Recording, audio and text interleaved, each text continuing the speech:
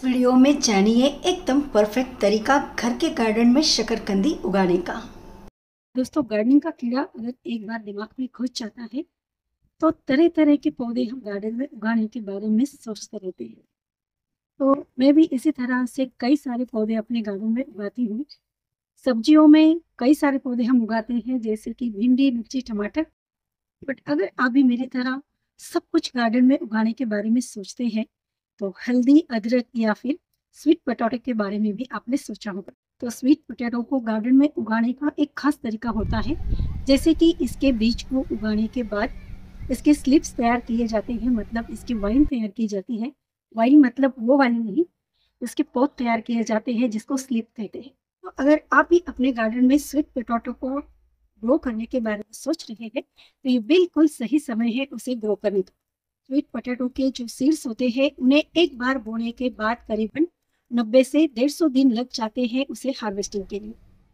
तो पौध को किस तरह से तैयार करना है और देन इसे मिट्टी में किस तरह से लगाना है, मिट्टी कैसी लेनी है और उसके बाद में उसकी कैसे कैसे केयर करनी है, सब कुछ आज हम इस वीडियो में देखेंगे। तो शकरकंदी को उगाने के लिए अलग से कोई सीड्स लाने की ज़रूरत नहीं है। जो मार्केट में मिलते हैं ना, बस उसे ही लेकर आइए। और इस तरह से ये जो टोंक वाले होते हैं ना, उन शकरकंदियों का हमें यूज़ करना है बोने के लिए। तो चलिए, अब मैंने इस तरह से जो मैच्योर्ड होते हैं, भले ही साइज़ में बारीक हो लेकिन मैच्योर्ड वाले आपको यूज़ करने हैं। तो यहाँ पर हमने लगभग 6 से 8 शकरकंदी लेनी है और इस तरह से लिए हैं मैंने डिस्पोजल ग्लासेस। अब शकरकंदी को उगाने के लिए, मतलब ग्रो करने के लिए, यहाँ पर शुरुआत में हमें कोई मिट्टी की ज़रूरत नहीं होगी। इसके जो स्लिप्स हैं हमें पानी में ही तैयार करने होते हैं। वैसे आप इसे मिट्टी में भी तैयार कर सकते हैं, लेकिन इस तरह से अगर पानी में तैयार करेंगे तो इसका जो रिज़ल्ट है वो बहुत ही जल्दी आपको मिलेगा। तो देखिए, एक एक शकरकंदी के अंदर मैं इस तरह से दो ये जो टूथपिक होते हैं ना, इस तरह से इसे लगा रही हूँ और ग्लासेस के अंदर रख रही हूँ। तो एक ग्लास में दो इस तरह से रखते जाएंगे। और जो टोंक वाला हिस्सा है ना, नुकीला हिस्सा, उसे हमें ऊपर की तरफ रखना है और इसमें डालना है पानी। तो शकरकंदी इसमें अच्छी सी डूबी रहे, इतना पानी आपको ग्लासेस में पोर करना है। तो मैंने लगभग पूरा का पूरा ग्लास पानी से भर दिया है और अब इसे हमें ऐसे ही छोड़ना है। 4 ग्लासेस मैंने यहाँ पर तैयार किए हैं और बस अब हमें इसे रखना है बिल्कुल छांव वाली जगह पर। तो इसके ऊपर धूप ना पड़ने पाए, इस तरह से इसे किसी जगह पर रख दीजिए। और चलिए, अब हम 11वें दिन ही यहाँ पर आपको इसका रिजल्ट दिखा रहे हैं। तो देखिए, इसके छोटे छोटे जो शूट्स हैं वो निकल कर आए हैं नीचे। यहाँ पर आप देख सकते हैं इसके रूट्स भी निकल कर आए हुए हैं। तो अब इतने रूट्स निकलने के बाद आपको इसे रखना है खिड़की में ही, लेकिन हल्की सी सुबह की धूप इसके ऊपर पड़े, इस तरह से इसे खिड़की में रख दीजिए। तो देखिए, मैं सबको निकाल कर आपको दिखा रही हूँ। इसके ब्रांचेस निकल कर आए हैं छोटे छोटे, मतलब इसकी अच्छे से ग्रोथ होनी शुरू हो गई है। तो सभी के सभी निकाल कर दिखाती हूँ। अब ये जो है, इसमें बिल्कुल भी कोई भी ग्रोथ नहीं है, मतलब ये बिल्कुल भी उगने के लायक नहीं है, तो इसे साइड कर देती हूँ। और नेक्स्ट वाला देखिए, इसमें तो कई सारे रूट्स निकल कर आए हैं और लगभग 5-6 शूट्स भी निकल कर आए हैं। तो इसलिए हमने इतने सारे लगा कर रखे थे, क्योंकि सभी के सभी उग नहीं पाते हैं, कुछ ख़राब भी हो जाते हैं, तो इसलिए हमने इतने सारे लगाए थे। तो देखिए, ये वाला भी ख़राब हो चुका है। अब यहाँ पर इम्पॉर्टेंट टिप ये है कि ये जो पानी है ना, इसे हमें फेंक देना है। और 2-3 दिनों बाद आपको, जब ये आप पानी में लगाएंगे, तब इसका पानी बदलना बहुत ज़रूरी है। 2-3 दिनों में ही आप इसका पानी बदलते रहिए। जब आपको पानी हल्का सा धुंधला दिखने लग जाए, तब आपको पानी को रिमूव करना है और अच्छी तरह से ग्लासेस को भर के फिर से इसको इस तरह से इन ग्लासेस में लगा देना है। तो चलिए, अब जब तक इसके जो सूट्स हैं ना, मतलब इसके जो ब्रांचेस हैं, लंबी लंबी ना हो जाए, तब तक हमें इसे ऐसे ही छोड़ना है। अब 25 दिन के बाद हमारे शकरकंदी मिट्टी में लगाने के लिए तैयार हो जाएंगे। तो रिज़ल्ट आपको बाद में दिखाती हूँ। पहले हम यहाँ पर देखेंगे कि ग्रो बैग को हमें किस तरह से फिलअप करना है। तो देखिए, मैंने करीबन 15 बाय 18 की ग्रो बैग तैयार की हुई है और इसमें मैंने कुछ गार्बेज डाल दिया है।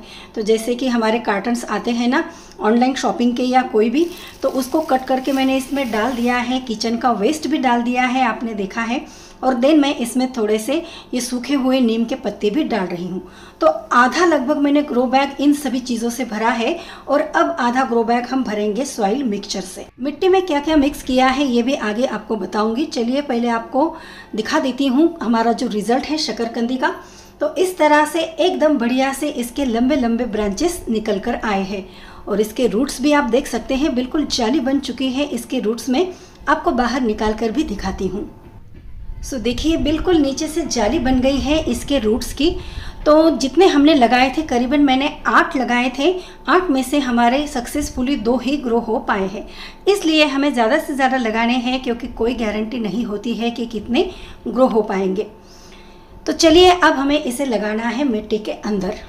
अब दिखने में भले ही आपको यहाँ पर 2 ही दिख रहे हैं, लेकिन जब इसमें से शकरकंदी तैयार होंगे तो बिल्कुल अनगिनत तैयार होंगे। तो चलिए अब ये जो हमने ग्रो बैग ली है इसमें हमें इसे बोना है।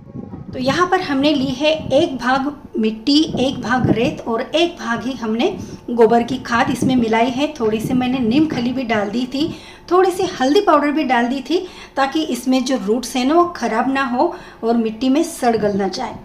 तो इसके लिए अगर आपके पास नीम खली नहीं भी है तो कोई बात नहीं, लेकिन हल्दी ज़रूर से ऐड करिएगा।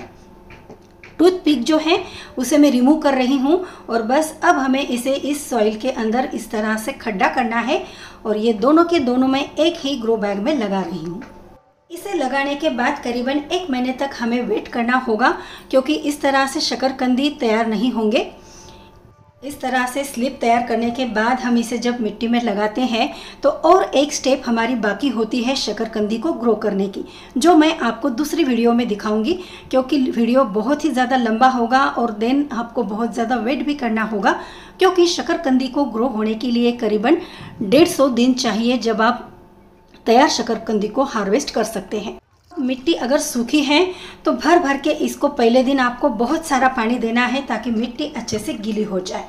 नेक्स्ट आपको इसमें पानी तभी डालना है जब आपको मिट्टी की ऊपर की जो लेयर है अच्छे से सूखी सूखी ना दिखे, तब तक आप इसमें पानी मत डालिएगा, नहीं तो जो रूट्स हैं इसके सड़ गल जाएंगे तो अच्छे से ग्रो नहीं होगी।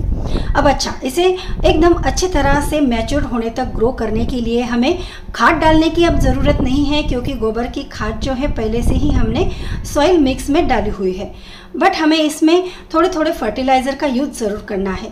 तो लिक्विड फर्टिलाइज़र का जो हम घर पर तैयार करते हैं उसका यूज़ ज़रूर करिएगा। तो कई सारे लिक्विड फर्टिलाइज़र जो फ्री में घर में बनते हैं उसके वीडियो मैंने कई सारे अपलोड किए हुए हैं चैनल पर, वहाँ पर देखकर आप उनका यूज़ अपने पौधों में ज़रूर करिएगा। तो 8 दिन के बाद मैं इसमें डाल रही हूँ गोबर के कंडे का फर्टिलाइज़र। देन यहाँ पर मैंने 1 लीटर पानी में थोड़ा सा गोमूत्र डाला है।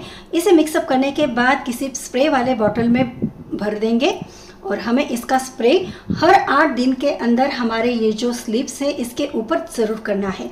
मतलब ये जो शकरकंदी के पौधे हैं ना, इसके ऊपर ये जो स्प्रे है या नीम का स्प्रे भी आप कर सकते हैं। तो इसे करना बहुत ज़रूरी है ताकि आपके जो पौधे हैं उन पर कीड़े ना लगे और ये खराब ना हो। इस तरह से नीम ऑयल का या फिर गोमूत्र का स्प्रे करने से आपके जो पौधे हैं उसमें कीटकों का अटैक नहीं होता है और पौधे अच्छे से ग्रो होते हैं। सो आप यहाँ पर इसका रिजल्ट देख सकते हैं। करीबन 15 दिन हो गए हैं मुझे इसके स्लीव्स मिट्टी में लगाए हुए, तो इस तरह से इसका रिजल्ट आपको दिखेगा। तो दोस्तों ये रहा शकरकंदी के साथ हमारा यहाँ तक का सफ़र। तो जैसे कि मैंने आपको बताया है, शकरकंदी को उगाने से लेकर उसे हार्वेस्ट करने तक का 5 महीने का समय लगता है। तो अगर मैं आपके लिए पूरा का पूरा वीडियो बनाऊंगी तो पूरे 5 महीने निकल जाएंगे और तब तक आपके शकरकंदी को ग्रो करने का जो समय है वो भी निकल जाएगा। तो ये जो महीना है एकदम सही समय है आपको शकरकंदी को बीज से ग्रो करने का, मतलब इसकी जो स्लिप्स है उसे तैयार करने का। तो आप भी जून महीने से पहले शकरकंदी की ये जो स्लिप्स हैं इस तरह से तैयार कीजिए और आगे का जो वीडियो है फिर से मैं आपके लिए नेक्स्ट पार्ट लाऊंगी। और हाँ, उम्मीद करती हूँ गार्डनिंग से रिलेटेड ये जो मेरे वीडियो हैं आपको ज़रूर अच्छे लगते होंगे।